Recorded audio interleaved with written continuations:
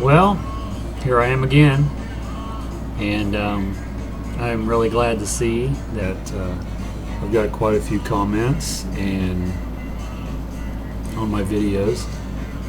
My first was it 4 videos, I think, yeah, the last one especially, the Kiss review, off the cuff. Just thought, why not? I'm sort of spontaneous at times. Okay, for this video, I thought I'd go over a few more records, more than 1 or 2. What I'm listening to right now, I don't know if it's loud enough, but it's Isaac Hayes' Groovathon. And this is one of the most recent records that I've ran across. Found this at Goodwill, and it's a really good album. And we got a cool picture here in the middle, right there, and then it has the lyric sheet, which I thought was sort of strange.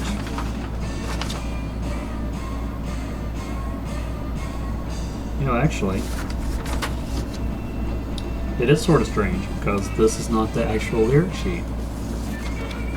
It's Angelo Bond. Who's Angelo Bond? And it doesn't have the lyric sheet. Well, now I have to find that record. Never heard of Angelo Bond. Anyway, this is Isaac Hayes, and it's good. And here's a couple records, some records I already had. Metallica, Master of Puppets. Classic album, of course. Quick story about that.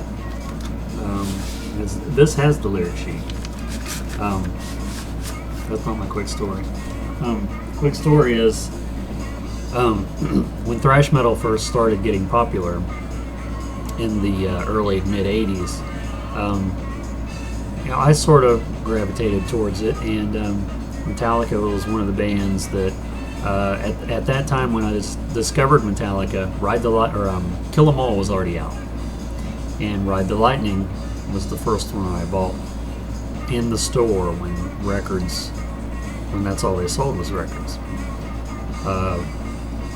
which I guess was 1985, 86, around there. And I took it to my friend's house to play it, and it starts out, if you're familiar with the Ride the Lightning album, it starts out with the slow acoustic intro, and then it blasts into I think it's Fight Fire with Fire.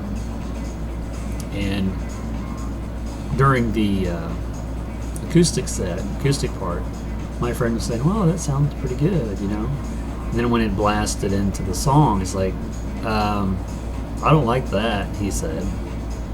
And he said, "Well, let's try the next track." And it's, "Oh, I don't like that. Let's try the next one." Okay. So he didn't even give it a chance. Which, there's a lot of people that didn't like thrash. They were into the I don't know if you call it glam metal at the time, which I liked all that too. I still like all that stuff. But Metallica didn't compare to Poison, for example. Not the same thing at all. But anyway, that's my quick story. Wasn't very quick, was it? Okay, I have another record here, totally the other end of the spectrum. This is Music for Ones and Twos. Songs and Games for Young Children by Tom Glazer. And Tom Glazer, that's him right there, obviously. If you're not familiar with him, which you're probably not, he had a hit with On Top of Spaghetti. which was a sort of a parody of On Top of Old Smoky. That was his like sole hit. He also did some albums, space songs and space theme songs. He had several albums that were. There was one I think with space, and one with I think it was might be Body Parts, or I don't remember. But the reason I know that is the group They Might Be Giants, which I have all their stuff, seen them in concert and so on. They had an EP called Why Does the Sun Shine? And a lot of people would just automatically think it's one of their songs because it's quirky is the word that people describe them as. But it's a Tom Glazer song. It was off one of those space albums or whatever they're called. It's close to the original. It's not exact like the original version, but who's going to know? Just dorky people like me is the only one's going to know that. So anyway, that's Tom Glazer. And then this is Little Marcy. Little Marcy sings Sunday school songs. And there she is with a deer and a rabbit and a squirrel. And it's got 20 songs on it, 10 on each side. So let's see if we can see.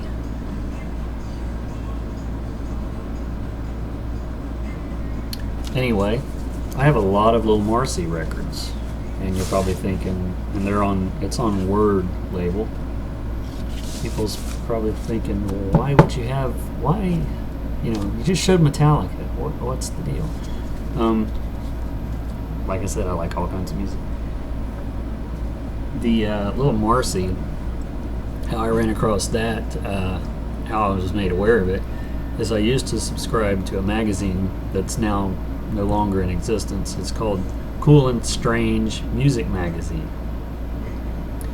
And they covered basically that, and it had an article with Little Marcy and Big Marcy, if you will, because Little Marcy was a ventriloquist dummy, and Big Marcy, obviously did the talking.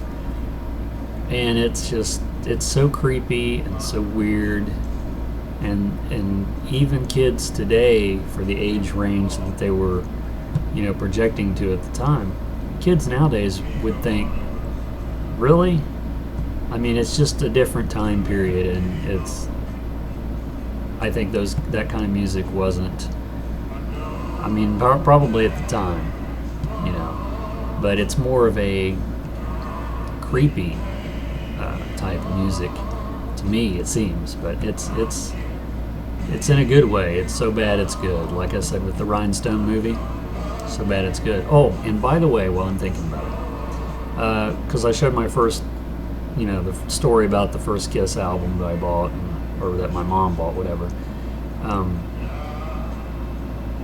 The first Black Sabbath album I ever got was We Sold Our Soul for Rock and Roll, and I think someone had given it to me for whatever reason, I don't remember.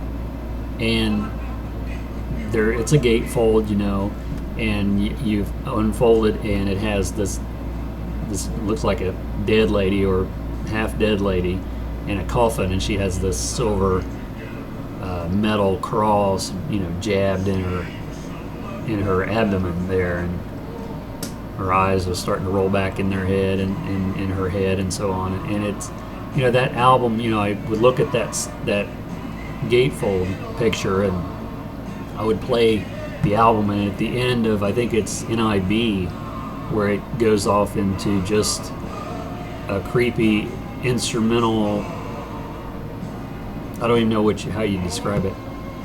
It goes on for quite a while on the album, or on that album, and I think on the original album it does too. That was my first Black Sabbath album. So, off on a tangent.